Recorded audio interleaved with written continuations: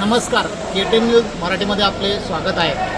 आज म्हसावत पोलिसांनी सर्वात मोठी कारवाई केलेली आहे। जवळपास 14 वाहनं जी विदेशी दारूची वाहतूक करणारी वाहनं आहेत, पूर्णपणे भरलेले कंटेनर भरले 2 कंटेनर आणि जवळपास छोटी वाहने 10 ते 12 वाहने अशी जवळपास 14 वाहने पूर्णतः विदेशी मद्याने भरलेला साठा हा म्हसावत पोलीस स्टेशनचे पोलीस निरीक्षक रमेश वावरे यांच्या मार्गदर्शनाखाली जावदा येथील एका जिनिंग प्रेसमध्ये आढळून आला आहे। एवढी मोठी साठवणूक केलेली व या ठिकाणी उभी दारू ही गुजरात राज्यात नेण्यात येणार होती, परंतु त्या अगोदरच पोलिसांनी या ठिकाणी धाड टाकली आणि त्यामध्ये त्यांना मोठा दारूचा साठा या ठिकाणी मिळालेला आहे। नंदुरबार जिल्ह्यातली सगळ्यात मोठी कारवाई म्हणता येईल। जवळपास 1.5 कोटीच्या आसपास या वाहनांची किंमत असून जवळपास 1 ते 1.5 कोटी रुपयाचा मद्यसाठा या ठिकाणी पोलिसांनी जप्त केला आहे।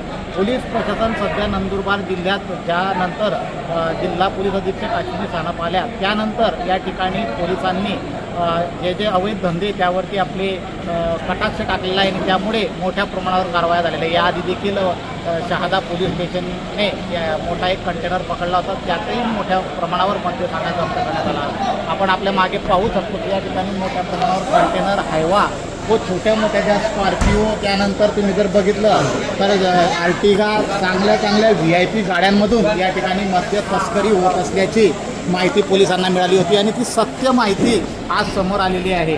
आपण बघू शकतो मोठ्या प्रमाणावर मद्यसाठा म्हसावत पोलिसांनी जप्त केलेला आहे।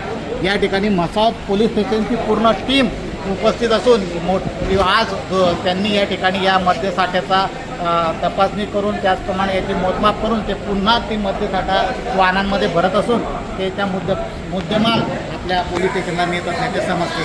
आपण बघू शकतो या ठिकाणी म्हसावत पोलीस स्टेशनचे PI रमेश वावरे साहेब यांच्या मार्गदर्शनाखाली ही कारवाई सुरू आहे। KTN न्यूज मराठीसाठी विजय पाटील, नंदुरबार।